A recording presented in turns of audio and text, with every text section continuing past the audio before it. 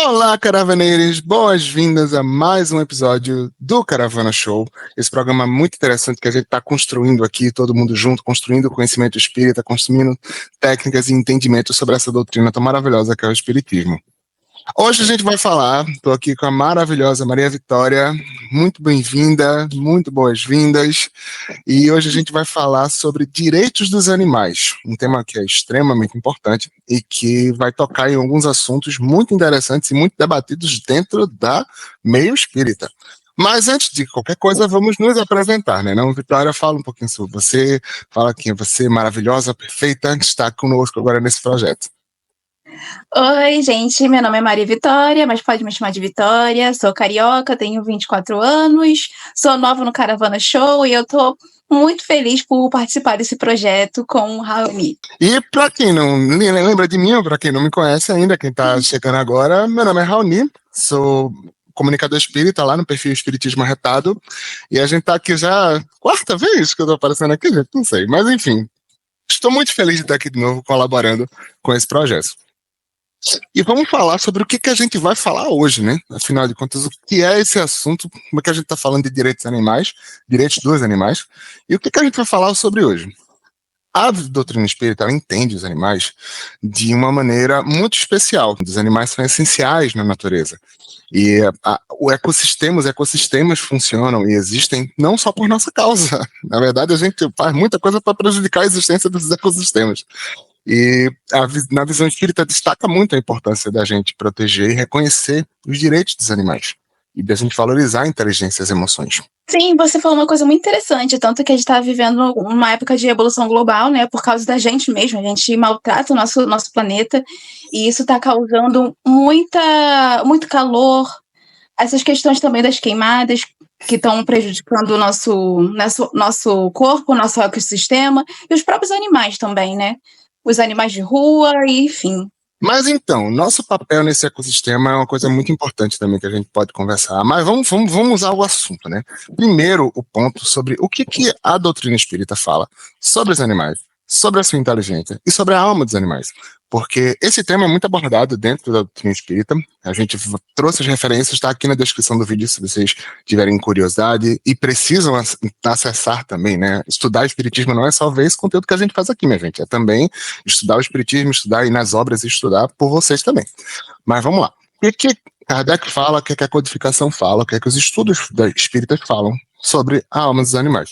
Lá na codificação, na Gênese principalmente, mas também no Livro dos Espíritos, Kardec traz, e os espíritos, através da pesquisa de Kardec, também trazem informações muito interessantes sobre o que é o princípio inteligente, que é como Kardec chama, classifica, né, o que a gente pode considerar como a alma dos animais. E a base da inteligência e consciência dos animais, esse princípio é a base da inteligência e da consciência evoluindo ao longo do tempo das encarnações.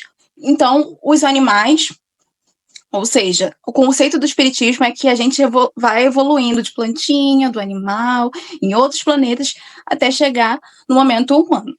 E as manifestações dos animais, nós animais, o princípio inteligente se manifesta de forma de rudimentar, permitindo ações básicas para a sobrevivência, como buscar alimento e proteger de perigos. Ou seja, os animais, eles agem por instinto, diferente de nós humanos, que a gente age com uma forma de pensar mesmo. E o desenvolvimento inicial, embora não tenham a mesma capacidade de raciocínio e moralidade que os humanos, os animais demonstram sentimentos e comportamentos que indicam a presença desse princípio de um estágio de inicial desenvolvimento. Ou seja, os animais têm sentimentos. Eu tenho uma gatinha, gente, chamada Marta, ela tem Instagram também, tá? Famosa. E ela é muito carinhosa, então as pessoas acham que os animais não têm sentimentos, mas se você vê um animalzinho, você vai ver que é um bichinho muito carinhoso e tem muitos sentimentos por a gente.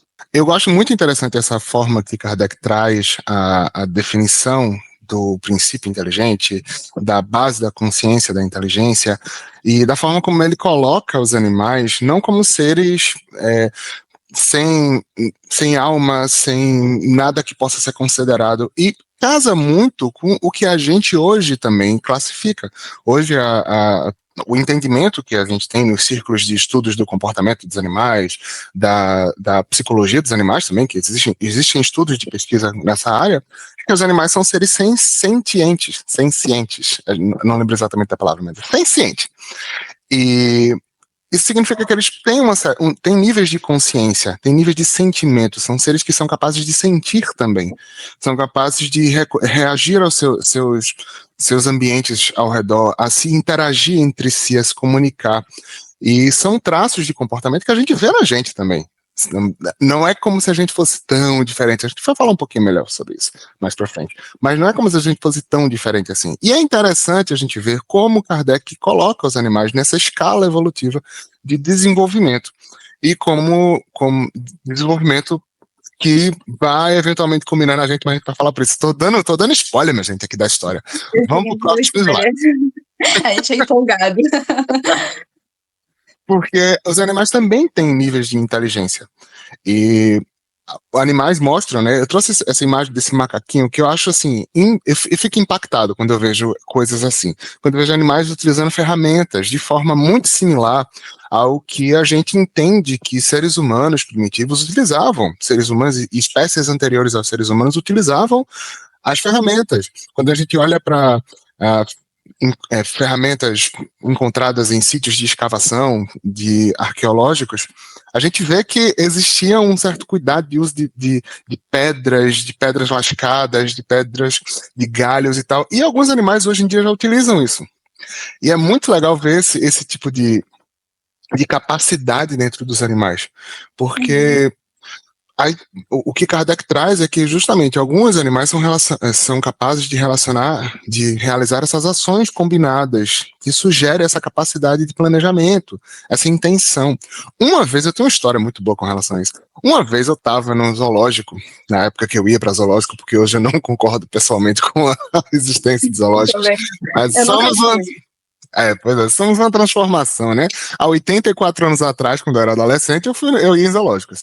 E eu lembro que tinha uns macaquinhos dentro do espaço lá que eles estavam vivendo, e alguém jogou uma comida que não pode fazer isso. Se você vai aos zoológicos, não joga comida para os animais, pode desarranjar o intestino deles, é péssimo. Mas alguém jogou a comida e o macaquinho queria pegar. Após ele chamou o outro macaco, que estava lá em cima do galho. O outro macaco veio, juntou uns 3 macaquinhos assim, e dava para perceber que eles estavam conversando entre si. Eles estavam articulando entre si como eles iam pegar aquilo ali. E acabou que eles acharam um galho, pegaram o negócio. A pessoa que estava cuidando, obviamente, foi e pegou. Mas eu acho que até a pessoa que estava cuidando estava interessada para ver como é que eles iam resolver aquela situação. E isso são um dos poucos exemplos. Quem tem contato com animais, principalmente animais domésticos, percebe quanto eles têm esse nível de comunicação entre si. Eu tive uns passarinhos muitos anos atrás. Eu não sou tão velha, a gente tem 24 anos, tá? Mas quando eu era adolescente, tinha passarinhos presos na gaiola, infelizmente. E eles tinham um mecanismo de descascar as sementes de girassóis. E eu achava isso incrível. Como é que eles têm esse mecanismo de descascar, mesmo só com 2 pezinhos, a semente de girassol, né? E hoje em dia, né, eu doei esses passarinhos para um lugar que eles ficam livres, né? Porque por mais que eu sofri, eles tinham que viver, né? Não poderia deixar eles sofrendo na minha casa.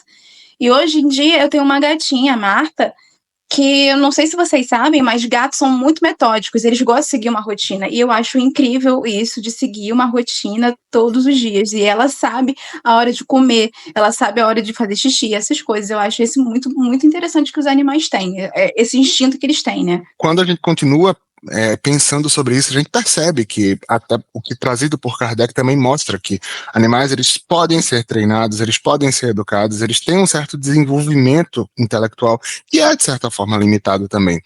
É uma questão não só comportamental, mas também física. Estou lendo o livro Sapiens, Uma Breve História da Humanidade, e é um livro muito interessante, que ele faz uma série de paralelos com relação à nossa evolução enquanto espécie humana. E ele traz um paralelo interessante sobre as limitações trazidas pelo corpo dos animais, e pelo corpo em geral, dos humanos também. Que a genética é um fator muito limitante. Isso também é trazido por Kardec mais para frente, e também é trazido por Kardec em A Gênese, que os fatores genéticos, os fatores de hereditariedade ditam bastante o comportamento dos animais. Quando a gente para perceber, uma abelha sabe fazer a casa da abelha, ela nasce sabendo fazer a casinha da abelha. A gente entende hoje que a informação genética carregada de geração para geração, do mesmo jeito que a gente tem. Nosso corpo também é animal. Nosso corpo tem informações genéticas que foram carregadas pelos nossos antepassados. Mas, infelizmente, é uma informação limitada, né? Uma informação que demora muito tempo para ser passada de geração para geração, e ainda assim é bastante limitado. Eu sei que parece tosco, né? Mas como eu falei pra vocês, eu tinha passarinhos, e aí tinha um casal que eles tiveram um filhinho, né? E na minha cabeça, de adolescente, ele não vai saber voar. Que nem o filme Rio, mas não é não. Aí quando eu coloquei o passarinho, ele começou a voar dentro de casa. Eu falei, ele sabe voar assim. Eu que tô sendo otária mesmo, mas eu acho muito bonitinho, porque a gente tem essa ideia que os animais, eles não conseguem ter esse mecanismo que a gente de aprender, mas eles nascem já assim, com esse mecanismo de aprender do instinto deles. Total. E eles têm capacidade de aprender também. A gente percebe que os animais domésticos, como sendo os animais que a gente tem mais contato, né, que são os animais domésticos, a gente pode treinar eles. O Kardec também traz essa informação, né, que cães e gatos podem ser treinados para fazer as coisas. A gente vê animais sendo treinados para fazer coisas impressionantes. Que você fica, nossa, esse animal aí nossa, o que ele está fazendo? Treinamento. Existem certas limitações, mas a gente percebe que existe uma inteligência por trás daquele comportamento. E quando a gente fala dessas limitações, elas não estão só nessa questão comportamental. O instinto, ele guia o comportamento dos animais. Então, como a gente estava falando, né, o comportamento que é também passado de forma através da genética deles, ele guia muitas ações que são automáticas, que são inconscientes. Por exemplo, nossa, as aves conseguem fazer padrões migratórios extremamente interessantes, extremamente elaborados, de ir para do outro para o mundo. A aranha que sabe fazer aquela coisa ali que assim, gente, eu tô aprendendo a fazer crochê agora. E fazer crochê não é fácil. E aí eu olho pra a aranha tá lá, fazendo a teia dela belíssima. E eu fazendo meu crochê troncho. Então, assim, existem coisas que são bem especializadas e estão dentro do instinto deles. É uma coisa que é programada na essência daquele animal. E uma coisa que também é interessante, que os animais eles não demonstram um progresso, uma inovação em suas atividades.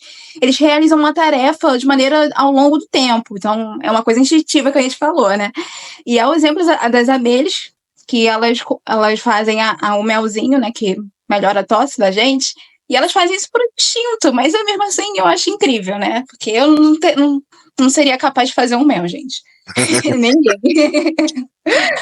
E quando a gente fala dessa restrição da inteligência, a gente começa a entrar nessa transição para a inteligência humana, e onde são áreas onde a gente vê que a gente se diferencia dos animais por a gente ter a consciência humana, que é a consciência do espírito, que a gente vai falar um pouquinho mais para frente, mas nós, enquanto seres humanos, e eu digo seres humanos, eu não digo espécie humana, somente espécie humana, mas também o espírito humano.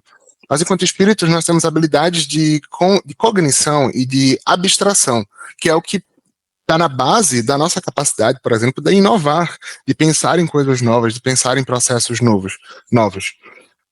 Como a Vitória estava falando, a abelhinha está lá construindo a casa dela há milhares de anos da mesma forma, mas quando um ser humano tenta construir uma pirâmide, ele vai elaborando junto com outros seres humanos e colaborando com outros seres humanos, obviamente. O conhecimento humano não é uma coisa que se constrói sozinho.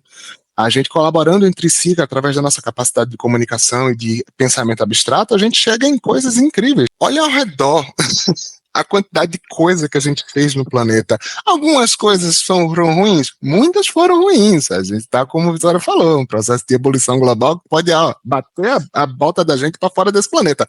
Mas a capacidade de transformação do meio que a gente tem através dessa inteligência, ela pode ser usada para coisas muito incríveis. E infelizmente, às vezes não, porque aí foge do escopo dessa apresentação aqui. Mas... Sim, eu vou falar uma coisa também engraçada, né? Eu sou carioca e eu acho incrível o Cristo, e é uma coisa que o ser humano criou. Eu acho incrível, lindo, maravilhoso. Mas tem realmente coisas que a gente faz que prejudica nós mesmos, sabe? Como eu falei para vocês, a questão do capitalismo, e aí vem essa questão da evolução global, enfim. Mas a gente cria várias coisas incríveis também. Tanto que eu tô conversando com o Raoni aqui na internet, uma coisa que antes não existia. A gente ia se comunicar por carta, o Caravana Show por carta, a gente apresentando. É verdade. Mas essa questão da existência dos animais e da nossa maior complexidade. Eu geralmente uso essa expressão quando eu vou tentar falar sobre a nossa relação com os animais. Eu prefiro não colocar a gente como sendo superiores, apesar de que Kardec usa esse termo em algumas partes da codificação. Mas eu entendo também que por questões de limitação de conceitos da época, né? A gente também tem que. É importante a gente contextualizar sempre obras espíritas no contexto que a gente vive hoje. E eu geralmente não uso o termo superior porque eu acho que, enfim, né? Nós somos diferentes. Pra ser sincera, eu prefiro animais do que pessoas, mas. Prefiro os gatos. Pois é, existem conceitos, mas por nós sermos mais complexos também, é inegável que nós temos uma complexidade maior do que os animais. Então, é muito comum que a humanidade, pelo seu orgulho, por se achar o centro do universo, acredite que os animais foram criados para servir a gente. Isso é algo que é reforçado pelo pensamento religioso, pelo pensamento que é trazido em algumas crenças religiosas dentro da crença cristã. A gente percebe que na história da Bíblia, Adão foi criado para gerir tudo. É tipo assim, Deus botou ele lá e tipo, ó, organiza aí. E é muito fácil que as pessoas criem esse pensamento de que os animais foram criados para nós, para nos servir, a natureza inteira foi criada, né, para colocar a nossa serventia. Isso, na verdade, eu acho uma grande falácia. Eu acho que é a gente se colocar no centro do universo e olhar para o nosso próprio umbigo e achar que a gente é extremamente especial, quando nós somos espíritos tentando, se debatendo, tentando evoluir num globinho pequeno, azul, pálido, no canto esquerdo de uma galáxia que nem é tão grande assim. Então, não é como se, né? A gente não é tão especial assim. E falando sobre processo de evolução, a gente vai tocar um pouco nesse assunto do processo evolutivo do princípio inteligente, que é como a gente entende que são o princípio da inteligência, né, que é o que transita entre os reinos dos animais, entre as diferentes espécies do animal, e também está presente dentro de nós, humanos. O espírito, ele é uma forma de princípio inteligente. Mas como é que acontece essa evolução toda? Acabei de dar spoiler de novo, de que existe essa conexão. A gente não cola, gente. Hoje vai ser o episódio do spoiler. A visão dos reinos da vida que é trazida por Kardec, ela, já até coloquei o fantasminha falando aqui, ela está um pouco defasada hoje em dia. Hoje a gente entende que a segmentação dos reinos da natureza, ela é muito mais elaborada do que o que Kardec trouxe na época da codificação. Mas para fins de contexto dessa apresentação, a gente vai manter os 3 reinos de vida: reino mineral, vegetal, animal, e o quarto reino, que seria o reino dos espíritos, ou seja, o reino da humanidade.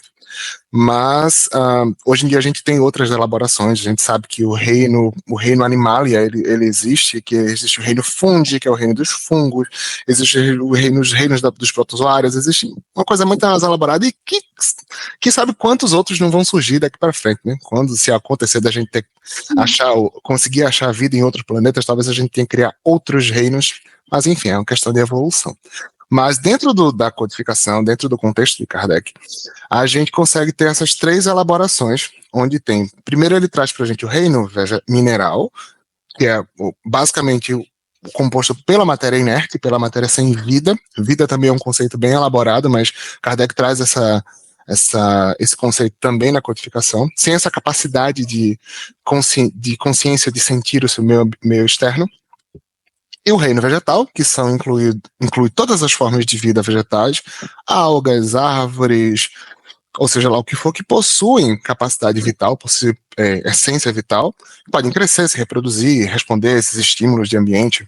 Tem um estudo muito interessante que eu vejo ser publicado, de vez em quando brota em rede social, assim, que é como o campo bioenergético das plantas responde quando você corta a folhinha dela, como é que as plantas respondem a mesma pessoa que cortou e, tipo assim, que chega perto dela, ela meio que reage, assim, então demonstra um certo nível de entendimento daquilo ali, mas ainda são coisas muito incipientes, tanto hoje na ciência, nos entendimentos que a gente tem, quanto na época de Kardec, através dos estudos dele, ele chegou nessa conclusão, de que esse reino, ele tem vida, mas não tem consciência, não tem inteligência, não é um princípio de fato inteligente, como é o dos animais, como é o nosso.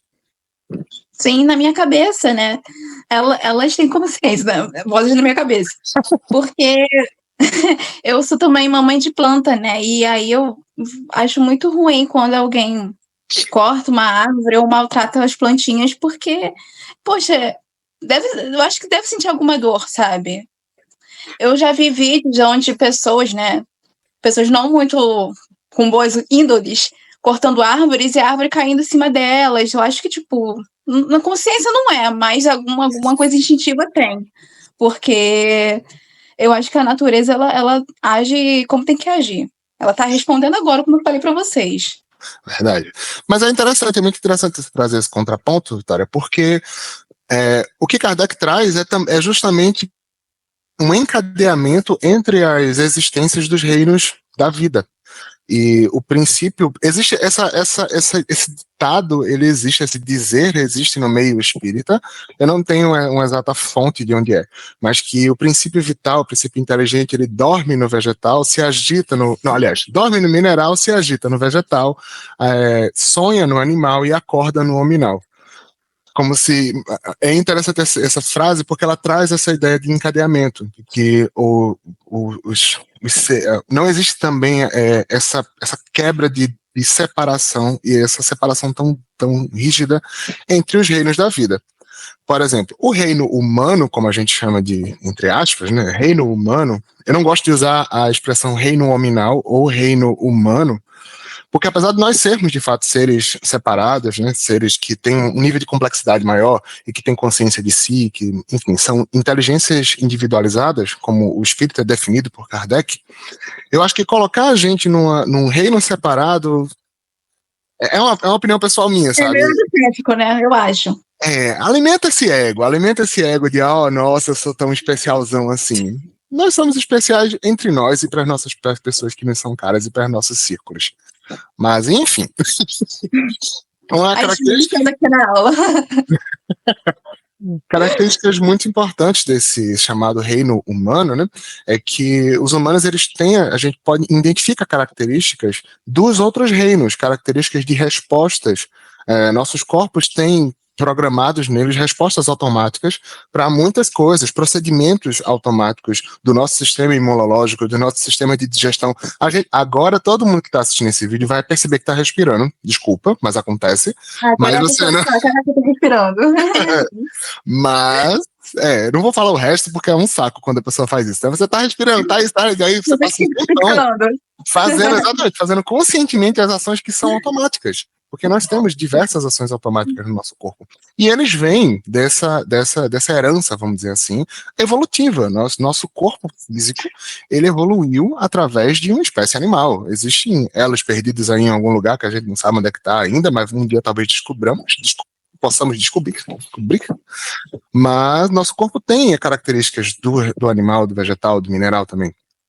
Com essa adição extra do espírito que habita, que somos nós, que traz essa capacidade de pensamento abstrato, de inteligência, e é uma inteligência que torna a gente, como a gente já veio falando, capaz de pensar abstratamente, planejar, criar, inovar, construir coisas e ter essa consciência. Mas também puxa a gente para a responsabilidade. Nós somos os... Pois é. Mas é verdade, porque a gente é um ser pensante, criativo. A gente pode fazer o que quiser com as nossas mãos, com a nossa mente, mas a gente não consegue ser responsável pelo nosso planeta. Né? Eu vou dar uma militada de novo, sabe?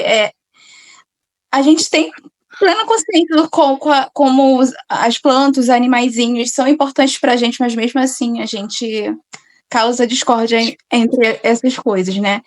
E como a gente é um ser pensante, a gente também avança vários estudos científicos né? Então a gente acaba aprendendo mais e mais coisas. A gente tem que ter responsabilidade pelos nossos atos, mas a gente não tem. Completamente. E eu acho que essa responsabilidade, ela vem em diferentes níveis, né? Ela vem tanto no nível interno, nível pessoal. A gente tem responsabilidade com os atos que a gente tem ao longo da nossa vida, com as pessoas que a gente interage, com os animais que a gente interage, com os seres que estão ao nosso redor, mas também a nível de sociedade. A gente, enquanto sociedade, esse termo, a gente, a sociedade, às vezes parece uma coisa tão fora da gente, né, tão longe da gente, mas a gente está inserido na nossa sociedade, no nosso meio, no nosso grupo, em diferentes círculos de atuação. A gente tem responsabilidades. A humanidade, enquanto um todo, enquanto espécie que habita esse planeta, tem responsabilidade por ser a única espécie capaz de pensamento abstrato. Então, se a gente tem um poder, quanto mais poder, mais responsabilidade. Se a gente tem um poder de modificar o nosso meio ambiente, a ponto de construir cidades, a ponto de construir arranha-céus, de formatar o planeta, entre aspas, à nossa vontade, a gente também tem uma responsabilidade muito grande em relação a isso. A fazer isso do jeito certo, a evitar estar destruindo o planeta de uma forma que não seja sustentável e que a gente esteja hoje se preocupando como é que o planeta vai estar daqui a 100 anos, 200 anos. Isso é complicado demais. Quando a gente se coloca como um ser humano, como um ser complexo, e um ser diferente dos outros seres, é fácil demais a gente se colocar como um ser especial que é inalcançável. A gente é tão diferentão das outras espécies que nunca vai acontecer das outras espécies serem tão boas quanto a gente. Dentro do histórico de evolução é uma coisa, a evolução das espécies é uma coisa lenta, gradual, que demora bastante tempo para acontecer. Mas um dia, os humanos, a espécie humana, também foi um animal irracional. A gente já foi plantinha, a gente já foi aquele mosquito chato que fica zonzonando no seu ouvido.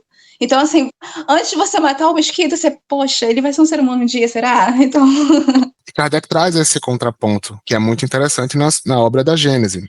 A gente está citando muito a Gênese aqui, porque, de fato, a Gênese e o Livro dos Espíritos foram as bases de referência para esse material que a gente está trazendo para vocês. Mas dentro da Gênese, a Kardec traz muito esse ponto de como existe esse encadeamento entre a evolução dos espíritos, na evolução do espírito. O espírito, ele não surge do nada, ele não surge de um sopro que, brilhou, apareceu o espírito, olha só. Não é bem assim que Kardec traz. Kardec traz essa possibilidade de que o princípio espiritual ele vai evoluindo e crescendo em complexidade ao longo de diversos reinos e ao longo de vários séculos e várias encarnações diferentes. Não é só no planeta Terra, existem outros universos, outros planetas que a gente pode ter encarnado como uma plantinha ou um animalzinho, sabe? É um processo de evolução contínua, que culmina no surgimento do espiritismo humano, que tem a plena consciência e inteligência que a gente tem. Mas também é um processo que ainda é muito impreciso, sabe? Kardec trouxe esse conceito, os espíritos reforçam, até no Livro dos Espíritos existe um reforço para esse pensamento, mas é uma coisa que a gente ainda tem muito a avançar com relação a isso. Hoje a gente não consegue dar uma resposta específica. Me perguntaram uma vez disso na rede social, acho que foi no Instagram, no TikTok, eu não lembro. Mas qual é o ponto em que um animal se transforma em um ser humano? Qual é o caminho que um princípio espiritual segue na sua evolução? Vai ser primeiro um gato, depois um cachorro, depois um papagaio, um periquito? A gente não sabe. O que a gente sabe é que existe um encadeamento na linha universal de existência que são diversos caminhos, não é como se fosse um caminho único, a gente entende que pode haver caminhos diferentes, um princípio espiritual ele pode evoluir, hoje ele é uma plantinha, como a Vitória estava falando, amanhã ele é um gato, depois ele é um elefante, um cabrito, e aí eventualmente, um ser humano num mundo primitivo, que é onde a gente entende que é onde começam os círculos de evolução. Lembrando que na doutrina espírita, tudo depende, gente, não tem uma resposta específica, tudo depende. Por isso que a gente usa muitos termos como nós entendemos que, nós vemos que, os sinais apontam que, entendeu? Se você vê, isso é até uma coisa importante para falar, se você vê alguém dentro da doutrina espírita falando com muita certeza, a verdade é que ou essa pessoa está tentando ser sensacionalista para chamar a atenção e conseguir engajamento, ou ela não sabe muito do que ela está falando. E pode ser uma coisa que também não é feita, né, fugindo até um pouquinho do tema aqui, pode ser uma coisa que também não é feita de má vontade, né? Às vezes a pessoa tem realmente uma certeza tão grande naquilo e joga na verdade aqui, né? Mas tudo depende muito, são estudos e coisas que a gente está construindo ainda. Por exemplo, essa questão da vida, que é uma coisa que a gente trouxe no começo, falando o conceito da vida, de que o reino mineral trazido por Kardec não entendia como vida. E esse conceito de vida até hoje é uma coisa que se debate bastante. Na época de Kardec, existia também um debate muito grande, e ele reflete isso na Gênese. Lá no capítulo 10, né, quando ele define esse princípio vital como sendo uma coisa essencial a partir da qual a matéria orgânica se anima, e aí ele tenta trazer essa definição de vida como sendo o estado no qual a matéria orgânica se encontra sobre a ação do princípio vital.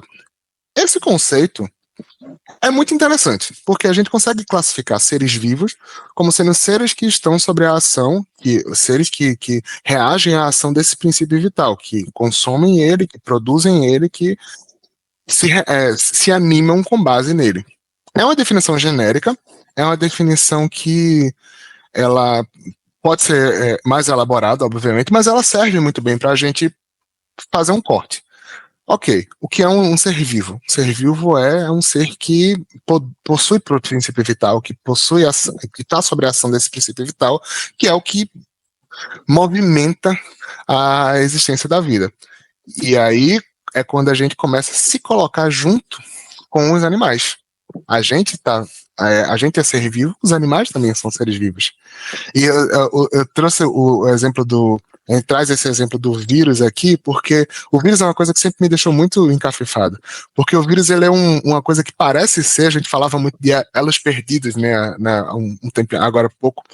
O vírus, ele parece ser um elo perdido entre a vida e a não vida, porque tem ciclos em que o vírus não demonstra sinais de vida, e tem ciclos que ele demonstra sinal de vida, que é quando ele está fazendo a gente perder a academia, porque a gente está arriado com a virose.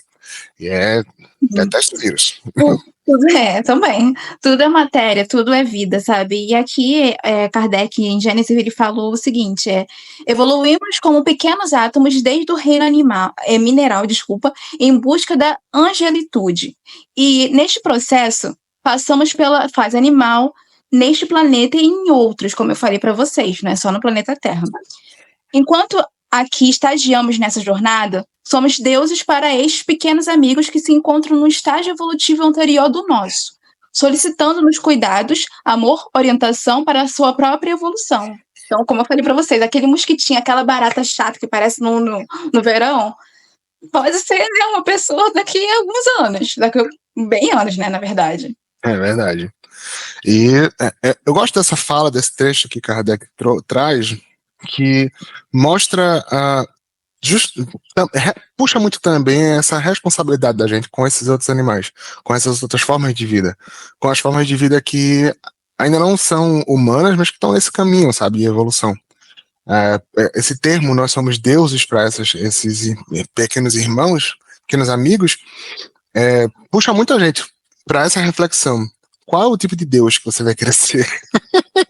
É muito poder, né? Essa palavra, essa expressão de colocar a gente como deuses é muito poder, mas ela serve também para puxar essa responsabilidade.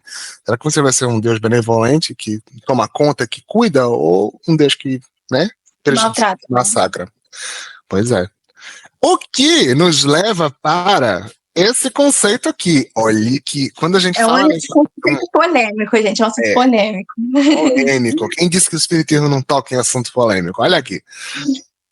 Quando a gente fala sobre veganismo, vegetarianismo e espiritismo, a gente está tocando em diversos assuntos e é uma conversa muito transversal que vai por vários caminhos. A gente vai por um deles aqui, alguns deles aqui, mas é uma conversa elaborada, uma conversa complexa. A gente decidiu trazer isso para vocês aqui no planejamento do estudo, porque é também uma conversa necessária. Quando a gente pensa em consumo de carne, quando a gente falou sobre tudo isso, sobre essa questão da responsabilidade, sobre a questão da gente cuidar dos animais, da gente proteger, da gente respeitar a individualidade, as possibilidades e as capacidades e os espaços desses animais. E aí você pensa imediatamente, então, ok, todo espírita tem que ser vegetariano, tem que ser vegano. A resposta, ela não é um imediato sim para isso. É o depende. É o depende, que é justamente, exatamente, Vitória, que é o que a gente sempre traz na doutrina espírita, o depende. A doutrina espírita, ela não traz proibições. Quando você vir dentro de um centro espírita alguém enfatizando uma proibição para você, ache estranho. Olhe com outros olhos. Porque a doutrina espírita enfatiza na importância do respeito e da compaixão, que é o que a gente vem falando até agora, com todos os seres vivos. E a gente precisa considerar esses valores como fundamentais para a evolução da gente, enquanto espíritos, enquanto sociedade, enquanto espécie. Lá nos livros de Emmanuel, nas obras de Emmanuel, ele afirma, né? Esse trecho, essa afirmação foi retirada do Consolador, que é uma obra que onde Emmanuel responde a perguntas trazidas por diferentes pessoas e ele responde através da sabedoria que ele possui. Esse é o ponto de vista de Emmanuel com relação ao consumo de carne. Ele considera o consumo de carne como um erro, pois causa esse sofrimento animal. A gente entende esse sofrimento não somente como o sofrimento de um animal que é caçado, porque é outro contraponto que é trazido nessa discussão, né? Ah, mas os animais se caçam entre si, o leão caça a zebra para poder comer. É verdade, mas o leão não industrializou a zebra numa linha de produção onde ela vive em condições de subsistência para poder ir no mercado e comprar a carne da zebra. O leão vai lá e caça a zebra. Como a gente falou, ele age por instinto, né, gente? Ele não vai, vou matar a zebra porque eu quero, não. Ele age por instinto. Então, existem nuances nesse conceito. E Emmanuel continua trazendo que ele sugere que, idealmente, fizemos questão de frisar esse termo, idealmente, a humanidade deveria evoluir para um estado onde a alimentação não dependa do sacrifício de animais. Significa que a humanidade sempre foi assim? Não. Significa que a humanidade sempre vai ser assim? Não. E significa que existe um caminho de evolução por onde a gente pode trilhar, onde a gente não depende do sacrifício e do sofrimento de outros animais para se alimentar. E já durante o programa Pinga Fogo, que é um programa impressionante, eu recomendo fortemente quem gosta de estudar o espiritismo, quem estuda o espiritismo, assistir esse programa. Esse programa está tanto disponível na internet, no YouTube, você bota Pinga Fogo Chico Xavier, uma entrevista longa, são 3 a 4 horas, mas também existe um livro que tem a transcrição dessa entrevista, dessas entrevistas que foram mais de um dia, e está aqui na descrição do vídeo o nome do livro. E lá, Chico Xavier foi perguntado sobre essa questão do consumo de carne, e ele entra nessa linha da ponderação. Ele reconhece que algumas pessoas ainda dependem desse conceito, desses alimentos, dos alimentos da carne, de uma alimentação não vegetariana e não vegana, que se do seu interesse, do interesse das pessoas, que isso poderia ser adotado de uma forma não deveria ser adotado de uma forma repentina, deveria ser adotado de uma forma gradual. E a gente também entende que o consumo de carne, consumo de alimentos de origem animal, ele está entrelaçado no nosso cotidiano, na nossa cultura. Existem fatores culturais e sociais que precisam ser levados em consideração com isso. Como a gente falou, não é uma resposta simples, não é simplesmente pode ou não pode. A gente tem que levar em consideração todo esse conceito. O importante é a gente ver para onde a gente quer caminhar. O objetivo da gente é chegar num mundo onde todo mundo está bem, onde a gente respeita a liberdade e os seres vivos. Então, como é que a gente chega lá? Quais são as mudanças que a gente tem que fazer? Uma coisa também que eu acho interessante, né, falar é que questão social também, né? Tem pessoas que querem ser veganas ou vegetarianas, só que elas não têm muita questão financeira para isso.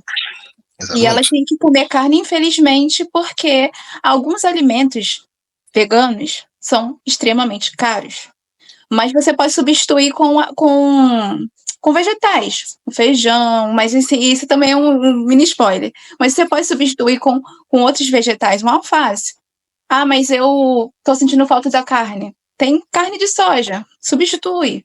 Ah, mas eu não consigo comer. Então você pode ir diminuindo, não no dia para o outro. Amanhã eu vou amanhecer vegano, porque isso pode afetar o seu corpo. Você primeiro tem que procurar um médico para poder fazer isso bem direitinho, para não prejudicar a sua saúde. Porque como você está acostumado a comer carne desde criança, isso pode prejudicar o seu organismo, né?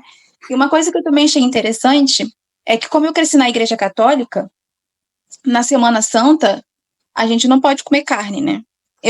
Desculpa, não sei explicar diretamente o porquê disso, mas não tem nada a ver com carne animal. E pelo que eu aprendi, né, no catecismo, a gente não pode comer carne animal nessa semana porque isso lembra a carne de Jesus Cristo. E isso me deixa um pouquinho pensativa porque, lembra a carne de Jesus Cristo, mas podia também pensar nos animais também, que sofrem com isso diariamente, sabe? Acaba sendo uma questão, de fato é uma questão com múltiplas dimensões com relação a isso, né? Existem necessidades físicas também do corpo físico humano, como a Vitória estava falando, para a gente conseguir pensar num contexto de uma dieta vegana, ela não é simplesmente, parei de comer carne, eu não vou mais comer carne. Quando a gente começa a ver os aspectos socioculturais envolvidos nisso, além do nosso corpo precisar de determinados níveis de proteína, determinados níveis de aminoácidos, que são facilmente encontrados na carne, mas não muito facilmente encontrados em outros alimentos, esses alimentos precisam de um tratamento especial, de um procedimentos para tornar a biodisponibilidade desses nutrientes mais fácil para serem consumidos. Significa que a gente pode consumir, a gente pode tirar a proteína do feijão, mas você precisa passar por um processo diferente do que o que a gente geralmente faz para reduzir os fitatos, que são substâncias que impedem a absorção de determinados nutrientes. E aí, esse conhecimento, ele precisa ser, a pessoa precisa ter esse conhecimento para poder fazer, senão vai acontecer o que a Vitória falou. Você vai simplesmente trocar os alimentos assim, à torta e à direita, e vai começar a ter problemas. Nosso corpo, ele é complexo. Ele necessita, Kardec traz isso na pergunta 723, os espíritos trazem isso, que nosso corpo precisa, a carne nutre a carne. A gente tem uma dieta, a gente tem uma estrutura biológica que, num cenário selvagem, vamos dizer assim, num cenário de selva, de seres humanos primitivos, a gente não tem tecnologias, não tem conhecimento para fazer isso. Um ser humano o corpo humano sem um espírito habitando ele, que seria um corpo puramente animal, ele vai comer o que tiver pela frente. A dentição da gente é preparada para isso, o intestino da gente é preparado para isso. Mas quando a gente entra aqui dentro, nós não somos só nosso corpo, nós somos também nosso espírito. É quando começam a entrar essas diferentes dimensões dessa questão. Como é que a gente vai querer lidar com a alimentação, levando em consideração os nossos fatores morais e nossos fatores de pensamento? Uma coisa que eu acho também importante mas eu não estou podendo tirar a carne da minha vida, então tirem produtos. Eu gosto de maquiagem. Meninos e meninas que gostam de se maquiar. Tem maquiagens veganas, então procure esses produtos veganos que não tem coisas de animais, que você vai só crescendo, daqui a pouco você já tira a carne da sua vida. Mas procure, como eu falei para vocês, bem devagarzinho para não ser uma coisa adulta. Quando a gente pensa na sociedade como um todo, a indústria agropecuária, ela é gigante. Ela é gigantesca, o lobby agropecuário é gigantesco. E produtos de origem animal, como a Vitória falou, não estão só na comida, estão em vários lugares diferentes. E existe todo um impacto disso no meio ambiente. Então, assim, são aspectos elaborados que quando a gente não vai também se aprofundar muito aqui, porque a questão aqui é direito dos animais, não, ecossistemas e a natureza, que está entrelaçado também, por isso que a gente trouxe esses slides, mas enfim. E quando a gente pensa em quais as decisões que a gente vai querer fazer no nosso futuro, enquanto sociedade, não só em decisões individuais, não só decidir parar de comer carne hoje, mas quais os produtos que eu quero apoiar, quais são os processos da sociedade que eu quero apoiar, que eu quero ajudar a serem movidos para que a gente consiga caminhar nesse futuro, buscar esse futuro mais sustentável, mais harmonioso. Aí, gente, aí eu dei um spoiler para vocês, eu acho que é esse slide, que eu não enxergo. Eu e ele, a gente já dando spoiler. O que você pode substituir com os alimentos, né? Como, vamos ver aqui, feijão, grão de bico, ervilha, arroz, soja, lentilha, amêndoas, abacate, como eu falei para vocês, a carne de soja, gente, eu acho gostosa, e ela dá uma ajudada. Também, eu não sei se eu tô enganada, mas existem carnes de laboratório, eu nunca comi, então eu não sei como é que pode ser isso. Hoje tem algumas iniciativas de carnes que são feitas em escala industrial, né, que são alternativas vegetais, mas pesquisas estão sendo desenvolvidas também para impressão 3D de carne. Isso é uma coisa impressionante. São cultivos de células feitas com base obviamente foram feitos com base em células animais, né? Mas são cultivos de célula, então só teve uma participação que o animal pode estar vivo ainda. É só pegar um pedacinho da vaca ali, ó.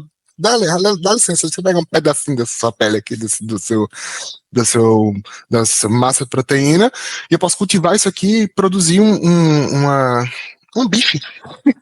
Isso, obviamente, foi uma coisa que eu nem achei, na verdade, o vídeo. Eu queria colocar o vídeo aqui para vocês, mas eu acabei nem conseguindo achar a tempo. Achei sim, foi uma universidade lá no Japão que conseguiu imprimir um tipo de carne bem caro, chamado carne wagyu ou alguma coisa assim, usando células cultivadas em laboratório. Mas é uma técnica incipiente, ainda inicial, obviamente, mas é um bom sinal de que no futuro a gente pode ter alimentações mais elaboradas, alimentos mais elaborados, sem necessidade do sofrimento animal. Não precisa a gente não comer carne.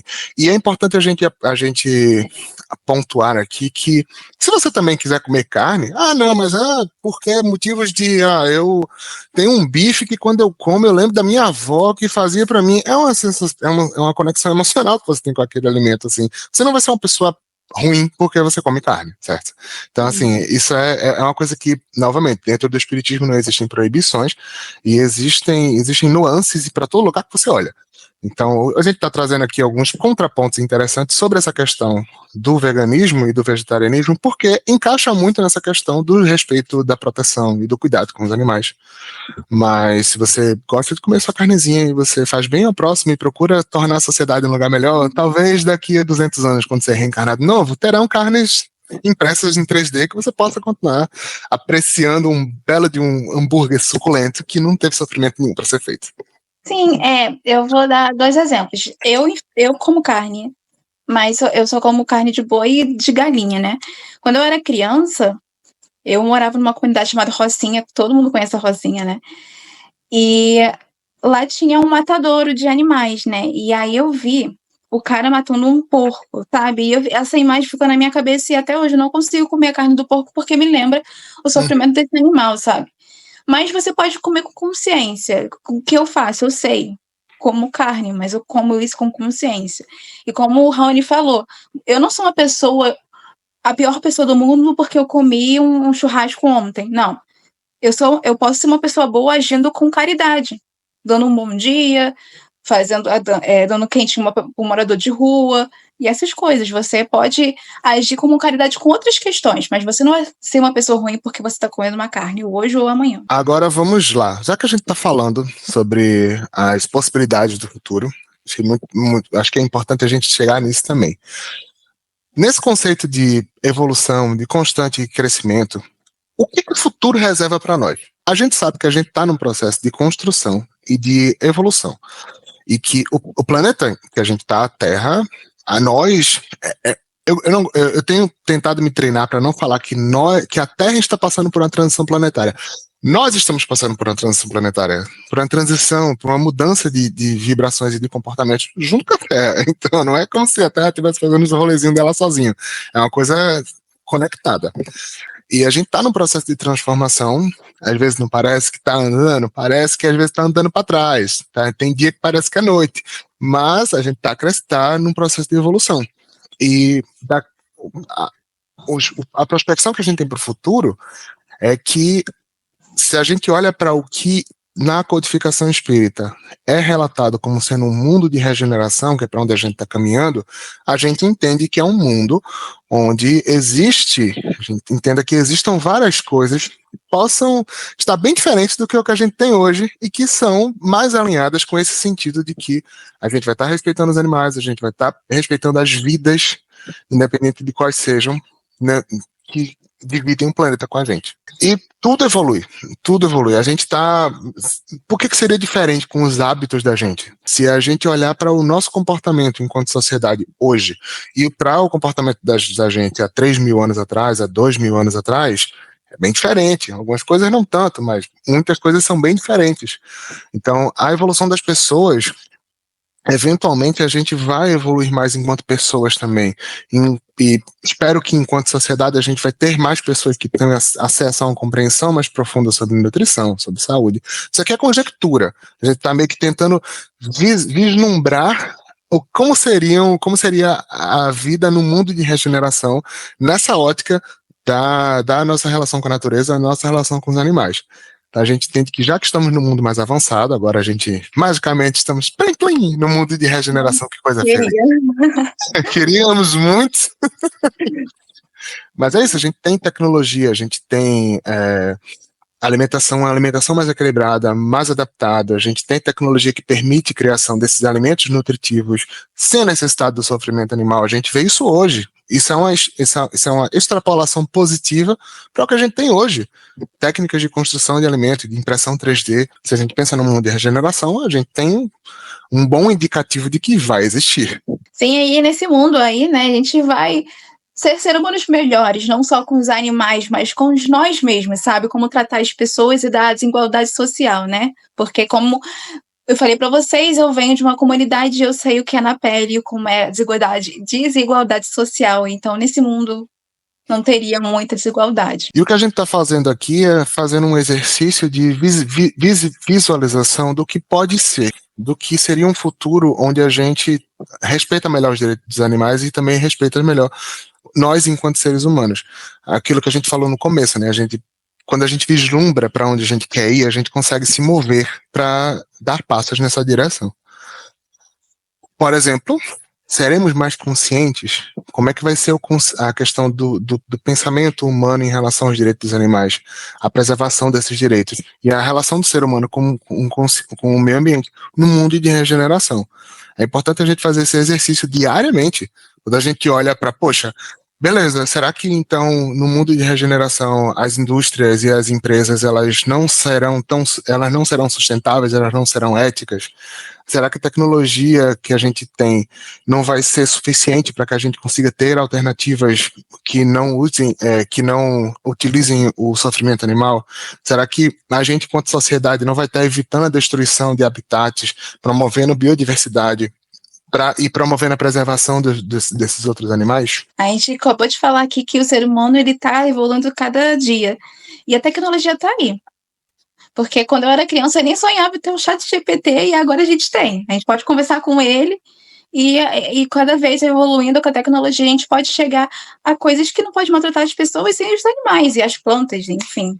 A gente pode chegar ela pode ser a nossa amiga, a tecnologia. A gente não pode fazer a tecnologia ser a inimiga da gente, que pode acontecer também. Mas como a gente está pensando num futuro melhor, né, a gente pode pensar nisso. A gente fez esse exercício, né, sobre como seria um mundo de regeneração, mas a gente não está lá ainda.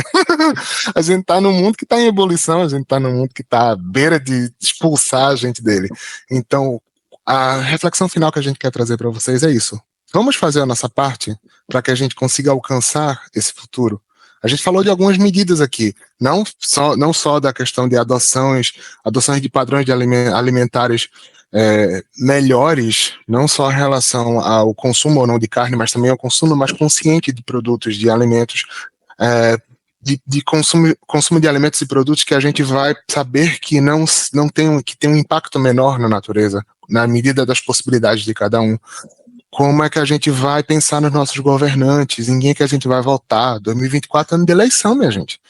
Isso é uma coisa, gente. Exatamente. Isso tem que ser levado em conta também. Quais são as pessoas que a gente está querendo colocar no poder da nossa sociedade? Sozinhos a gente não consegue fazer muita coisa, mas juntos a gente consegue colocar no poder uma pessoa que vai ter boas decisões, que a gente espera que tenha boas decisões.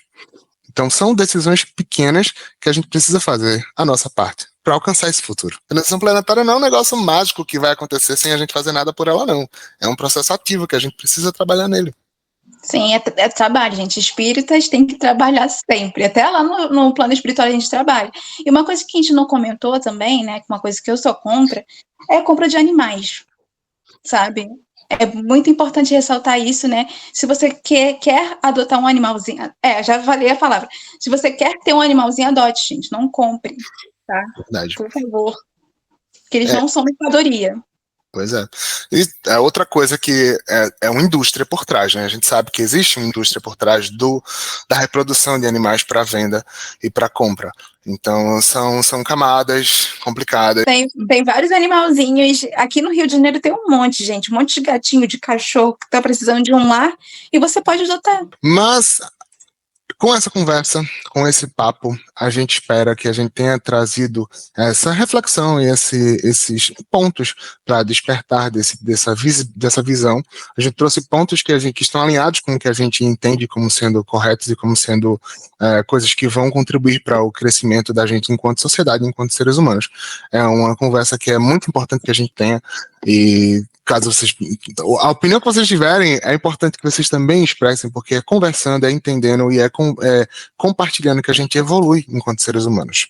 Então, muito obrigado por a Vitória, muito obrigado pela presença, foi ótimo fazer esse papel com você, esse estudo com você. Eu só quero agradecer mesmo por ter participado do Caravana Show, meu primeiro encontro aqui. Eu espero que tenha mais encontros comigo e o Rony juntos, porque eu adorei essa parceria. É isso. E até a próxima, pessoal.